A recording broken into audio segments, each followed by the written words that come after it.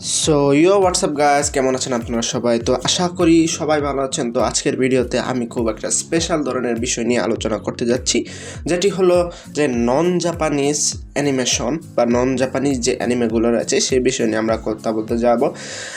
তো প্রত্যেকেই প্রায় সবাই জানেন অ্যানিমে জাপান থেকে তৈরি হয়েছে। তো জাপান থেকে তৈরি হলেও যখন এরা তৈরি করে থাকলেও অন্য সব স্টুডিওরা বা অন্য সব দেশ থেকেও এটি অনেক উন্নতি লাভ করেছে, ভালো ভালো ভালো আর কি অ্যানিমেশন তৈরি করা হয়েছে। সেগুলো নিয়ে আজকে কথা বলতে যাব। তো চলো ভিডিওতে শুরু করা যাক। তো প্রথমে আমাদের 10 নম্বরে রয়েছে ইনভিনসিবল। তো এটা একটি সিরিজ ধরতে গেলে কমপক্ষে 2টার বেশি সিরিজ আছে। আমি তো প্রথম সিরিজটাই দেখছিলাম। তো আমার এটা একটু ডার্ক হিরোদের মতো, এরকম হিরো স্টাইলের না। যাই হোক, আমি তাও দেখছি আর অনেক ভালো, এবং বলতে গেলে একটা অন্যরকম আপনাকে টেস্ট দিবে, যেটা প্রায় সব এনিমেতে পাওয়া যায় না। হ্যাঁ, তো আমরা ভিডিওটিতে আগে আপনি চাইলে ইনভিনসিবল আপনি দেখতে পারেন, খুবই ভালো একটা সিরিজ। তো এখন আমাদের 8 নম্বরে রয়েছে আমাদের Solo Leveling, the pure masterpiece when it's comes to the fighting scene. So Solo লেভেলিংয়ের মানহোয়া রয়েছে, যেটা কোরিয়ান মানহোয়া। তো ওটা আমার একদম টপ লেভেলের আমার পছন্দ ছিল। আমি মানহোয়াটা 193টা চ্যাপ্টারের মতো রয়েছে। তা প্রায় আমার 2বার ওটা পড়া শেষ। একবার দেখছি, একবার পড়ছিলাম, আবার 2 বছর পরে আবার পড়ছি। তো এতটা ভালো ছিল আমার। তো মানহোয়া পড়ার পরে আমি অ্যানিমেশনটাও দেখে নিয়েছি। তো যাই হোক, ভালোই রয়েছে, আমার খুব পছন্দ হয়েছে। তো ফাইটিং সিনগুলো দারুণ অস্থির ছিল। আমার একটা জিনিস আপনি পড়ছেন, ওটা আবার অ্যানিমেশন তৈরি হয়েছে, সেটা অস্থির। তো এটার মানহোয়া খুবই পপুলার, তো অ্যানিমেশন খুবই পপুলার হয়েছে, কোনো বলার কথা নেই। আর one of the my top favourite. আমি চাইলে এটাকে 1 নম্বরে রাখতে পারতাম, কিন্তু কোনো ব্যাপার না। আমি এটার মাঝখানে, এটা ভাই কোনো একটা সিরিয়ালে রাখা নাই, সবগুলা মাস্টারপিস, আর আপনাদেরকে সব আমি দেখিয়ে দেবো। তো solo leveling is one of my favourite masterpiece. আপনি চাইলেন, এটার 2টা সিজন রয়েছে আর একটা স্পেশাল আছে। তো আপনি চাইলে 12-24টা এপিসোড দেখতে পারেন। খুবই একটা আনন্দদায়ক আর অন্যরকম বলতে গেলে সব কিছুতেই আপনি বলেন।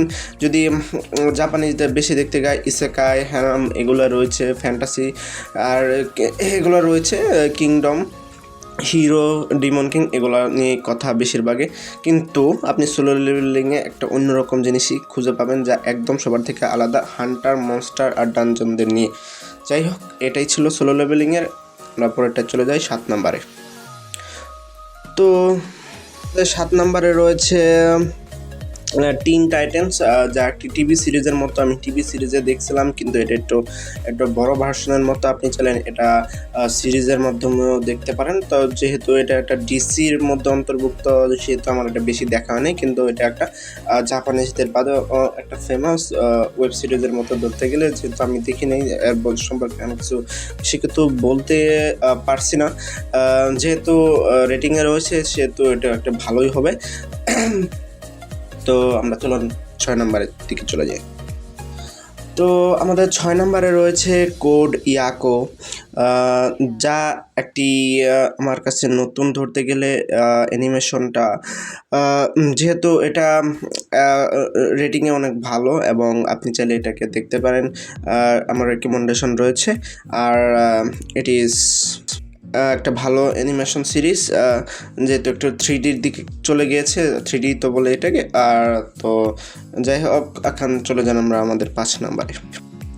তো এখন আমাদের রয়েছে দ্য ওয়ান অফ দ্য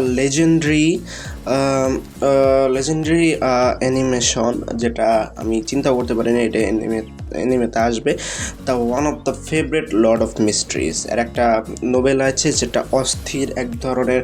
আমি চিন্তাও করতে পারতেছি না শেষের দিকে আর অ্যানিমেশন সিজনে সেটা কিভাবে অ্যানিমেশন দিবে। এটাকে একদম মনে করলে মাইন্ড ব্লোয়িং, মানে গেম ব্রেকার একটা অ্যানিমেশন সিরিজ। আর নোবেলও রয়েছে। নোবেল যেহেতু আমি পড়ছি, তো আমি জানি এটা আসলে কী ধরনের মাস্টারপিস। এটা বলতে গেলে একদম মাথা নষ্ট করা। আমি কিছু বলতে পারতেছি না। আর মানে আমি কী বলবো, এটা সোলো লেভেলিংয়ের চেয়ে একটু মানে ভালো আছে, একটু ভালো, মানে অনেকই ভালো। সোলো লেভেলিং ভালো, ওটা খারাপ না বলতেছে না, কিন্তু এটা অস্থির মারাত্মক ধরনের ভালো। তো আমি সবাইকে রেকমেন্ডেশন করবো এটা আপনি অ্যানিমে দেখতে পারেন। আর যদি কারোর ইচ্ছা হয় তাহলে নোবেলটা পড়তে পারেন, নোবেলটা অস্থির। তো চলেন আমরা পরেরটায় চলে যাই। তো পরের অ্যানিমেশনটা রয়েছে আমাদের আর্কানে। যেহেতু এখানে এই ডান পাশের মেয়েটার নাম জেনিথি তো দায় মনে হয়। যাই হোক, এটা একটা অনেক পপুলার ক্যারেক্টার, যেহেতু আমি অনেক শর্টসে দেখছি এবং এটা দেখার আমার ভবিষ্যতে চিন্তা ভাবনা রয়েছে, মানে আমি ভবিষ্যতে এটা দেখবো আর এটার অনেক পপুলারিটি রয়েছে। আপনাদের আমি রেকমেন্ডেশন করবো এটা আপনাদের দেখতে, যেহেতু এটা একটা ভালো একটা সিরিজ আর রেটিংটা অনেক ভালো। একটা গেমের উপরে হয়তো আমার এটা তৈরি করা হয়েছে, আমার ধারণা আমি ভুলও হতে পারি, কিন্তু এটা একটা ভালো সিরিজ, আপনাদের সবাইকে রেকমেন্ডেশন দেবো যে দেখতে পারেন। তো পরের অ্যানিমেটা হলো লিঙ্ক ক্লিক। মনে হয় এটা একটা চাইনিজ অ্যানিমে, আবার বিউটিফুল, একদম খুবই সুন্দর চাইনিজ অ্যানিমে, যেটা আপনি প্রায় সচরাচর দেখতে পাবেন না। তো এটা এক ধরনের কি বলবো, এটাও একটা মাস্টারপিস, আপনাদের সবাইকে রেকমেন্ড করবো, এটা আপনি দেখতে পারেন। And it is one of the best Chinese anime ever. তো নেক্সট অ্যানিমেটা হলো রুবি। আমি পিকচারে নাকি খুবই দুঃখিত, অ্যান্ড এই পিকচারটাই ছিল, যেহেতু রুবি একটা অ্যানিমে সিরিজ, ভালো রুবির উপরে একটা ফিমেল ক্যারেক্টারের উপরে, সেটাও একটা মাস্টারপিস, একটা গেমের উপরে এটা। তো আমার গেমটার সম্পর্কে জানা রয়েছে, রুবিটাও আমার দেখা হয়েছে, সেটা আমাকে একটা ভালো অ্যানিমে সিরিজ আমার কাছে বলতে গেলে আমার খুবই ভালো লাগছে। তো আপনাদেরকে রেকমেন্ড করবো যেন আপনারা দেখেন। তো লাস্ট অ্যান্ড ফাইনাল আমাদের অ্যানিমে সিরিজটা হলো Avatar the last air Blender.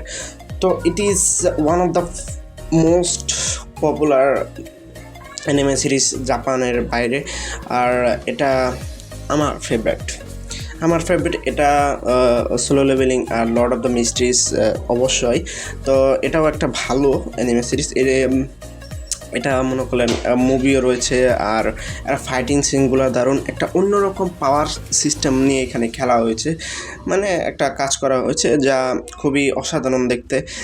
And যারা এটা দেখে মজা পাবেন ভাই, সে কারণে ফার্স্টে যেহেতু আছে আমি দেখি ফার্স্টে রাখছি। আমি যদি এটাকে র্যাঙ্কিং করতে চাই তাহলে আমি Lord of the Mysteries first, আর এটাকে সেকেন্ড, আর সোলো লিভিং এর থার্ডে রাখতাম আমার মতে, আমার উপরে। আমি অন্য কারোর দিতেছি না, অন্য সব থাকতে পারে আমার উপরে। তো বন্ধুরা, আমার ভিডিওটা কেমন লাগলো, আমি সর্বোচ্চ ভালো করার চেষ্টা করেছি ভিডিওতে আপনাদের তথ্য দিতে। অ্যান্ড আমি মনে হয় সফল হয়েছি। ভিডিওতে কেমন লাগলো জানাবেন। আজকে পর্যন্ত, আসসালামু আলাইকুম।